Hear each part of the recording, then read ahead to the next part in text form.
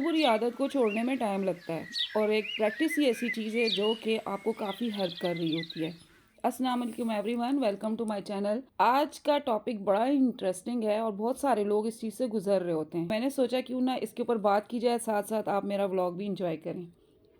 Over thinking एक ऐसा लफ्ज़ होता है जो आपने काफ़ी बार सुना होगा और आपको अपने इर्द गिर्द बहुत सारे ऐसे लोग भी नज़र आ रहे होंगे जो इस प्रॉब्लम को फेस कर रहे होंगे। आज मैं आपके साथ कुछ ऐसे पॉइंट शेयर करने लगी हूँ जिससे कि आपको इस प्रॉब्लम से काफ़ी हद तक छुटकारा पाने में हेल्प मिल जाएगी। मुकम्मल तौर पे तो आप खुद इस चीज़ को किस तरीके से अवॉइड करते करते एक नॉर्मल चीज़ की तरफ आएंगे, लेकिन जब आप ऐसे पॉइंट्स के जब सुनते हैं ना, कुछ मोटिवेशनल चीज़ें आपको जो है काफ़ी लाइफ में चेंजिंग लाने के लिए हेल्प कर रही होती हैं। यहाँ पे अगर मैं आपसे कहूँ तो सबसे पहली चीज़ है वो जनाब डाइवर्जन। सोचता तो हर कोई है, सोचे बगैर तो इंसान नहीं है। जब दिमाग आपके पास है, सोचना भी है आपने। अब जब आप ये सोचते हैं कि आपकी मेंटल हेल्थ जो है ना बहुत ज़्यादा सोचने से डिस्टर्ब हो रही है, तो वो आपकी ओवर थिंकिंग कहला रही हो। कोशिश करें कि आप उस टाइम को ध्यान दें कि जब आप ओवर थिंकिंग की तरफ जा रहे हैं तो उस वक्त आपको क्या करना है। आप अपनी उन हॉबीज़ की तरफ चले जाएं जो कि जिससे कि आपको बहुत ज़्यादा दिलचस्पी है, या फिर आप अपनी फैमिली के साथ उस टाइम को स्पेंड करें। ठीक है, जो लोग आपको अच्छे लगते हैं, जिनके साथ आप बातें करने में बहुत फील करते हैं, अच्छा फ्रेश हो जाते हैं, या जिनसे आप अपनी बातें शेयर करने में बहुत अच्छा फील कर रहे होते हैं, आप उनकी तरफ को निकल जाएं। सूरत में आजकल व्हाट्सएप के ऊपर, फ़ोन के ऊपर, ज़रूरी कोई है घर पहुँचें, ठीक है ये ना कि तुसी किसी के घर जाके बह जाओ जी असी आए हैं तुहाडे नाल अपनी ओवर थिंकिंग शेयर करने लिए। ठीक है, थोड़ी थोड़ी पंजाबी मुझे अच्छी लगती है इसलिए मैं ऐड कर लेती हूँ। या फिर फ्रेंड के साथ जाएं, अपना टाइम उनके साथ स्पेंड करें, तो आपके दिमाग से ओवर थिंकिंग जो है ना वो स्टार्ट ही नहीं हो पाएगी। इसलिए जब भी आप ओवर थिंकिंग करने लगें तो अपने आप को डाइवर्ट कर लिया करें। बस जी, ये सबसे बड़ा खुलासा है। काम कुछ ऐसी चीज़ें, कुछ ऐसे इंटरेस्ट आपके पास ज़रूर होने चाहिए इस चीज़ से छुटकारा पाने के लिए। मैं बहुत सारी चीज़ों को अपनी लाइफ में इसलिए ऐड किया हुआ है ताकि मैं इन चीज़ों की तरफ ना जाऊँ। आजकल ये एक बीमारी की जड़ बन चुका है और लोग जो है ना इस चीज़ से जब गुजरते हैं, आहिस्ता आहिस्ता ब्लड प्रेशर की तरफ चले जाते हैं। राई का पहाड़ बनाते हैं, हम लोगों की आदत है। उसने ऐसे कहा था, फिर मैंने ऐसे कहा, फिर उसने ये जवाब दिया, मुझे ये कहना था, ओहो मैंने उस वक़्त ऐसा क्यों नहीं बोला, मुझसे रह गया, अब मैं कब बोलूँ, अब मैं नहीं देखूँगी उसकी तरफ, मैं उससे नहीं मिलूँगी, मेरे घर कोई ना आए, मैं उसके घर नहीं जाऊँगी। तो आपने बहुत बड़ा प्लान सेट कर लिया। इस सारे प्लान से बेहतर है अपने आप को किसी हॉबी के साथ इंगेज करें, या फिर आप अपनी किसी न किसी ऐसी एक्सरसाइज की तरफ जाएं, अपने टाइम को मैनेज कर लें, डू लिस्ट बनाएं, उसमें बहुत सारी चीज़ें ऐड करें। तो अब जब आप इस चीज़ की तरफ जाने लगेंगे ओवर थिंकिंग की तरफ, तो आप उस लिस्ट की तरफ चले जाया करें, बड़ा मज़ा आएगा आपको। और आप जब ये करेंगे तो आप मुझे बताइएगा आपको इससे हेल्प मिली कि नहीं मिली। सेकंड चीज़ आप आते हैं मेडिटेशन। ये इसके साथ बहुत सारी चीज़ें इंगेज होती हैं। हम सब कुछ अपने कंट्रोल में करना चाहते हैं, मतलब ये भी नहीं वो भी नहीं, अपने माइंड को कंट्रोल नहीं किया तो सब कुछ हम कहते हैं ना हमने पाकर भी कुछ नहीं किया। और अगर इसको कंट्रोल करना है ना तो इसके लिए तो देखा जाए तो मेडिटेशन, डॉक्टर्स कहते हैं कि आप ये कर लें, लंबी लंबी सांसें लें, योगा कर लें, हल्की फुल्की स्ट्रेचिंग कर लें, नेचर के साथ टाइम गुजार लें, पौधों के साथ टाइम गुजारें, अपने घर में ज़रूर पौधे रखें। हर कोई कहता था ना कि पौधे लगाओ, पौधे लगाया करो, 2-4 गमले तो होने ही चाहिए, उसके 3-4 निकलते हुए फूल, 5-6 उसके पत्ते आपका ध्यान बटाएंगे।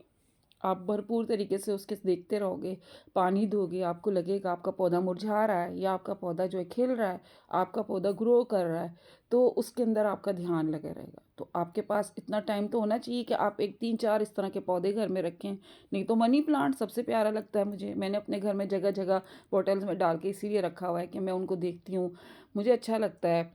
बढ़ रहा है नहीं बढ़ रहा, पानी चेंज करना है, उनके पत्ते वॉश करने हैं, बहुत टाइम लग जाता है आपका इन चीज़ों में, आपका ध्यान लगा रहता है।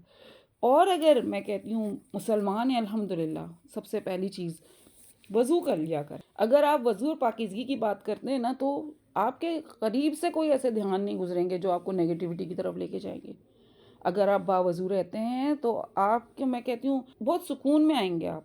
तस्बीहात करते रहेंगे, दुरूद शरीफ पढ़ते रहेंगे। मैं क्या करती हूँ, वज़ू करके 2 नवाफ़िल पढ़ लेती हूँ।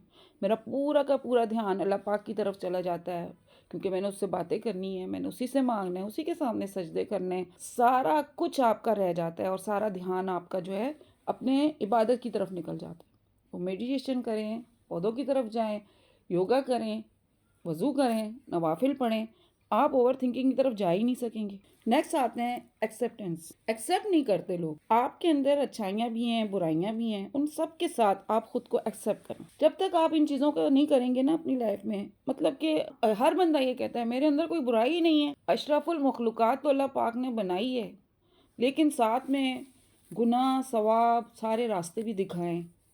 तो अगर आपसे कुछ चीज़ होती है, कुछ बुराई होती है, चलो गिबत ही ले लेते हैं।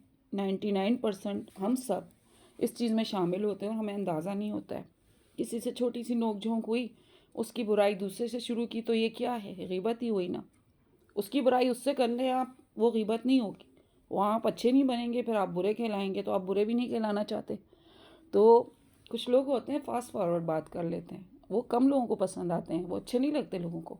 लेकिन क्या होता है, वो बहुत सारी बुराइयों से खुद भी बचे रहते। अब यहाँ पे क्या होता है कि खुद पर इतना हावी ना किया करें लोगों की चीज़ों को, लोगों के बोझ को, और उसके साथ साथ फिर उन सारी चीज़ों को एक्सेप्ट भी ना करें जो आप उनके लिए कर रहे हो। ये एक छोटी सी एग्जांपल है, बाकी बहुत सारी चीज़ें होती हैं जो आप एक्सेप्ट नहीं कर पा रहे होते।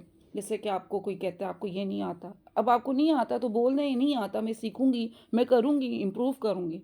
नहीं, आपको नहीं भी आता फिर भी आप कहोगे नहीं मुझे तो आता है, आप एक्सेप्ट नहीं कर रहे हो ना उस चीज़ को। तो आपने उसको एक्सेप्ट करना है। उस वक्त एक तो आपकी बहस ख़त्म हो जाएगी, दूसरा आप आराम से अपनी चीज़ की तरफ तवज्जो दे पाओ। सबसे इम्पॉर्टेंट फोर्थ पॉइंट जो मेरा है वो जिन्हें स्टे बिजी, खुद को मसरूफ़ रखें। खाली दिमाग शैतान का सबसे बड़ा घर है और वहाँ पे फिर सोचों के लिए बहुत सारे रास्ते निकल आते हैं। तो इसलिए अनशंट सोचने से बेहतर है, अपनी सेहत ख़राब करने से बेहतर है, अपना दिमाग बर्बाद करने से बेहतर है कि अपने आप को बिज़ी रखें।